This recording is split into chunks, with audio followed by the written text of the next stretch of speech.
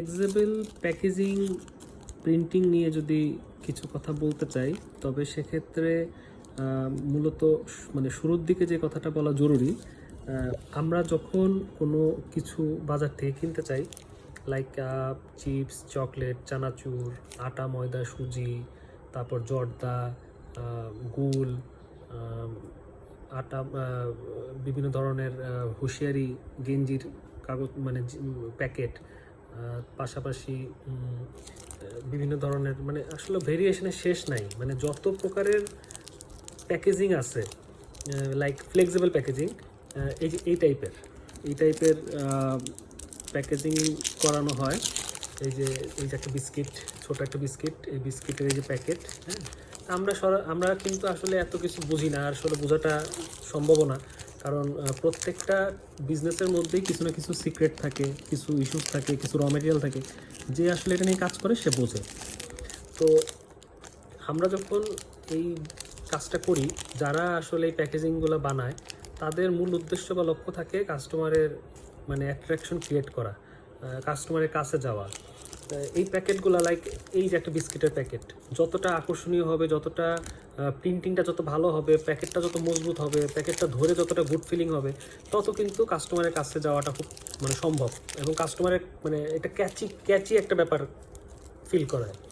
তো যখন এই ফ্লেক্সিবল প্যাকেজিংটা আমরা করি, তো তখন সেক্ষেত্রে কয়েকটা বিষয় জানা খুব জরুরি বা মানে মাথায় রাখতে হয়। সেটা হলো, আমি যে প্যাকেটটা করতে চাচ্ছি, প্যাকেটটা আসলে কত মানে ওয়েট হবে কতটুকু, এটা কি 50 গ্রাম, 100 গ্রাম, 20 গ্রাম, 50 গ্রাম, 10 গ্রাম, নাকি 1 কেজি, 2 কেজি, এটার উপর বেস করে ডিপেন্ড করে থিকনেস। হ্যাঁ, এই যে পুরুত্বটা, এই পুরুত্বটা খুব ইম্পর্টেন্ট। এই যে আমরা যে মাঝখানে এই যে পুরা প্যাকেট ওয়ান পার্টে, এই থিকনেসটা খুব ইম্পর্টেন্ট। দেখা গেলো যে থিকনেসটা যদি কম হয়, তখন দেখা যাবে যে এটা কেজিতে হিসাবে আসলে এই প্যাকেটগুলো মানে আমরা বিক্রি করি বা আমরা সেল করি বা প্রডিউস করি। যদি এটা মানে এক্সপোর্ট অর্ডার হয়, তখন সেক্ষেত্রে এটা পিস হিসেবে মানে কাউন্টিং হয়। তো থিকনেসের বিষয়টা যেরকম, থিকনেস যত কম হবে, হ্যাঁ, অ্যাভারেজে, তত কেজিতে প্যাকেটের সংখ্যা বাড়বে, এটা মানে যেটা স্বাভাবিক ধারণা। আবার থিকনেসের সংখ্যা যখন মানে থিকনেসের পরিমাণ যখন বাড়বে, তখন আবার দেখা গেলো কেজিতে আবার প্যাকেটের পরিমাণটা কমবে।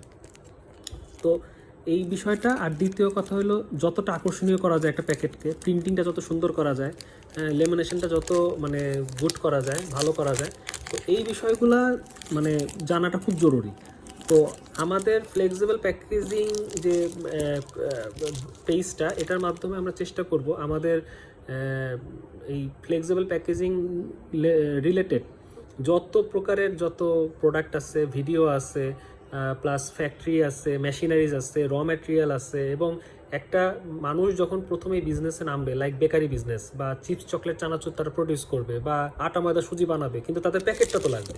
এই প্যাকেটটা বানাইতে গেলে তাদের কোন কোন বিষয়গুলো মাথায় রাখতে হবে, কাদের কাছে যোগাযোগ করতে হবে, কিভাবে তাদেরকে খুঁজে পাবে, এবং কি কি বিষয়গুলো আসলে জরুরি জানা। হ্যাঁ, সিলিন্ডারের ক্ষেত্রে কি কি বিষয় জানা জরুরি, প্যাকেজিংয়ের ক্ষেত্রে কি কি বিষয় জানা জরুরি। আমি চেষ্টা করব এই পেজের মাধ্যমে সকলকে সুন্দর করে এই বিষয়গুলা মানে উপস্থাপন করার জন্য।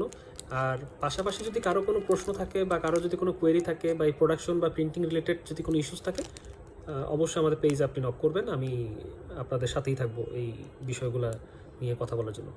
তো সকলকে ধন্যবাদ আমার এই ভিডিওটা দেখার জন্য।